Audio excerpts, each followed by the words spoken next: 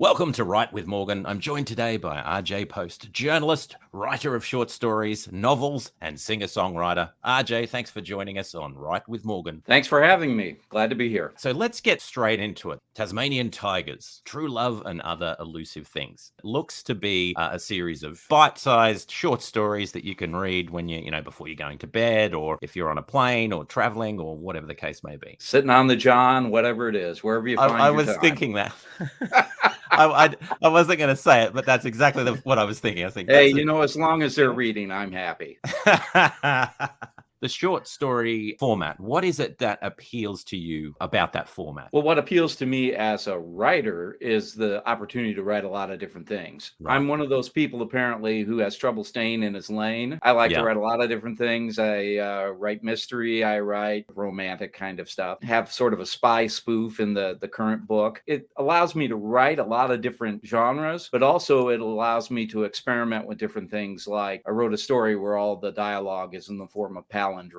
I wrote a story in the first book where I experimented with nonlinear storytelling. Wrote a story that had two different endings. So if people are the type who like to read a variety of things, I'm the type of person that likes to write a variety of things. From a writer's perspective, it is an ingenious way of writing a novel's worth of content in smaller kind of packages. So my question to you is, do you experience, as you're putting this together, do you experience that sort of lull in the middle or the doldrums where you're just, stressing over plot points or how do I move this thing forward because you're dealing with these more concise stories? Does that still happen? I think it's less stressful in that way. I think one thing you and I have in common is, I believe you use the term adventurer as opposed to a plotter. Yeah. I've heard discovery writer, and of course I've heard pantser as opposed to a plotter. And I'm more that kind of writer, and that lends itself really well to short stories. When I come to a place where I'm not sure what's going to come next, I try not to force it. Maybe I'll take a little break from it, do something else, or I'm done for the day. I'll come back at it tomorrow with a fresh idea or a fresh approach. Maybe just jot some notes about, okay, here are some things that could happen next, and then approach it from there. How many projects do you like to work on at once? Well, I think that has something to do with having been in the newspaper business for so many years. You've got to be ready to drop something and shift gears at a moment's notice. We used to talk about,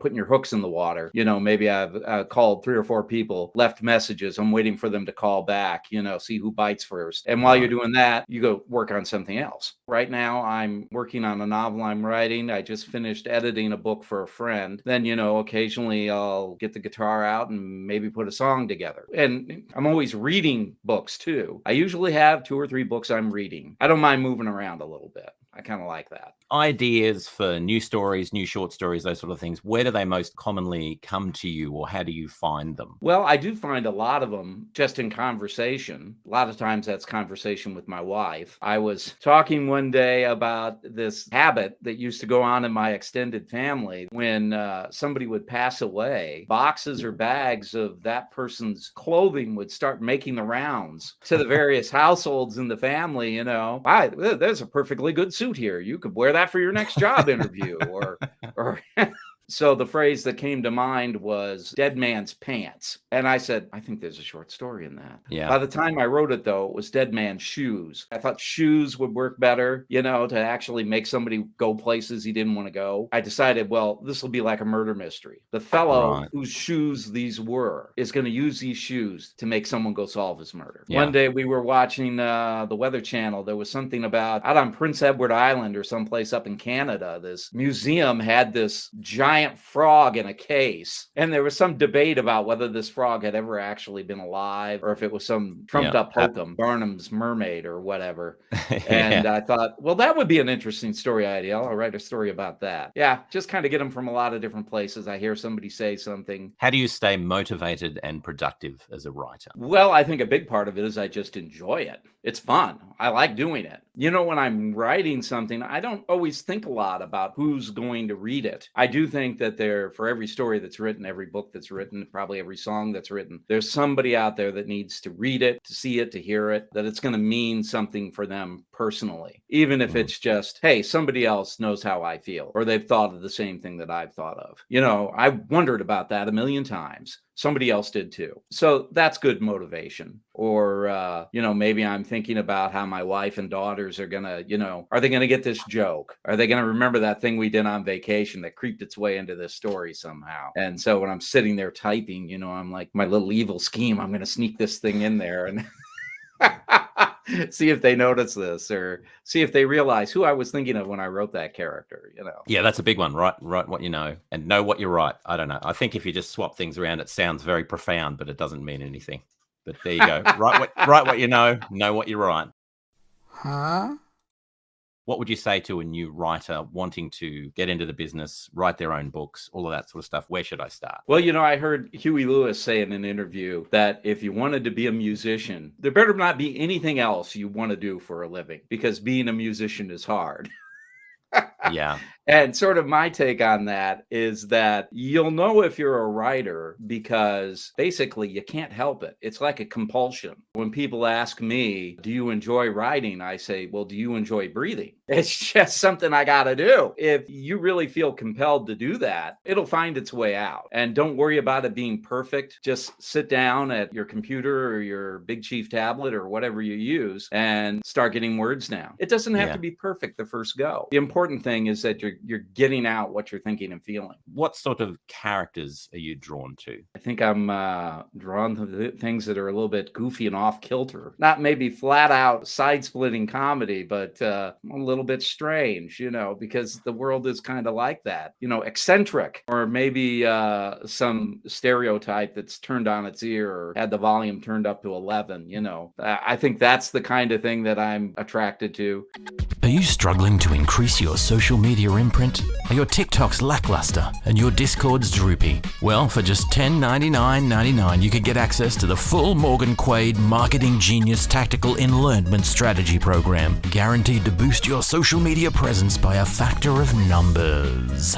Sign up to the Morgan Quaid Marketing Genius program and you'll get the fast track to success. You'll get access to my entire catalog of proven strategies, tools, recipes, and formulas, as well as receiving first-hand advice from me, Morgan Quaid. My program has helped literally numbers of people achieve success, and now you can have access to this astounding program for the low, low price of just $10.99.99. Sign up now and explore your social media potentials with the Morgan Quaid Marketing Genius program.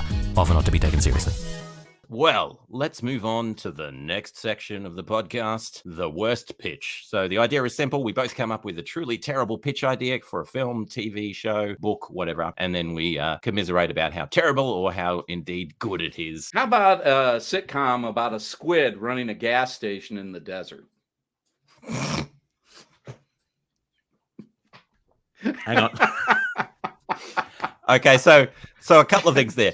Before you launch immediately into an awesome pitch, make sure I'm not drinking at the time, because it was about to go all over the screen. So hang on. So you came straight out with it. So tell me again. A sitcom about a squid running a gas station in the desert. So, people are driving across Death Valley or whatever you have there in Australia, and it's that last gas station. No more gas for 200 miles. You pull up to the pump and out walks or flops or whatever he does, this squid. He's running the gas station. I also like the idea of a laugh track starting as soon as he starts walking, out of the thing. So there's laugh every time he does anything. There's a laugh track, but him being just miserable and dripping wet, but extremely overheated, like human size, but with the tentacles and stuff, and wrapping his tentacles around the thing. He also insists he has to fill up the gas for you. I won't let you do it. I'll do it. But he's miserable doing it. I like it. I like it because it's utterly absurd. And I also like the fact that you did not pause a second. You immediately had the idea ready to go. That's fantastic, sir. My hat is doffed to you with that one. All right, so my worst pitch is, it's called Strange Paints. So the idea is simple. A man discovers a paintbrush in his grandfather's old chest when he's going through his stuff in the attic. And he uses this this paintbrush on a blank canvas. And as he's doing it, this painting, beautiful illustrated painting, starts to emerge. And he's found that essentially if he's holding this paintbrush, he can paint these amazingly picturesque scenes with, mountaintops and all of this sort of glorious sort of stuff in it. But the same thing is at the center of every single painting, no matter what he does. And it is one of his relatives on the toilet in the act.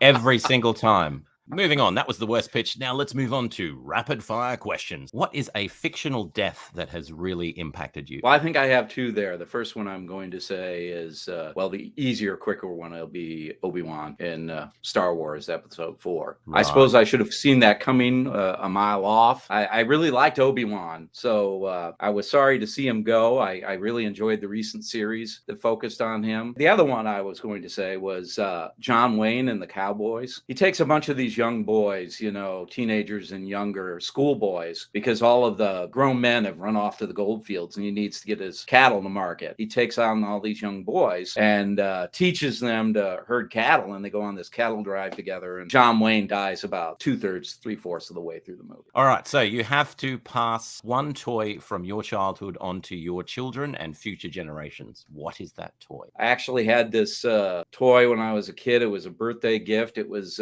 sort of a contraption that shot marbles. So you didn't have to do it, with your thumb. You drop the marbles in, there was a lever you press down and the marble would shoot out. I think anybody could have fun with that. So in the future, all ink is removed from human bodies, but it is mandated that every single person must get a tattoo of some sort. What is the tattoo that you get, and where do you get it on your person? I think I would get a tattoo of an old underwriter typewriter. That's an intricate tattoo. That's a lot of detail. Yeah, if it needs to be a little bit stylized, that's okay. Right, but okay. I think I would get it right up here. Now, this one has some teeth to it. There are some consequences. So in the future, humankind is served by a new race, a servant race that effectively looks after our kids and feeds us and does our laundry and rakes the leaves and all those things we don't want to do. And life is wonderful, but you, as the decider of all things, get to decide what is that servant race. Now, you've got a choice of two, or you can add your own spin on it if you like. The choice is sentient robots,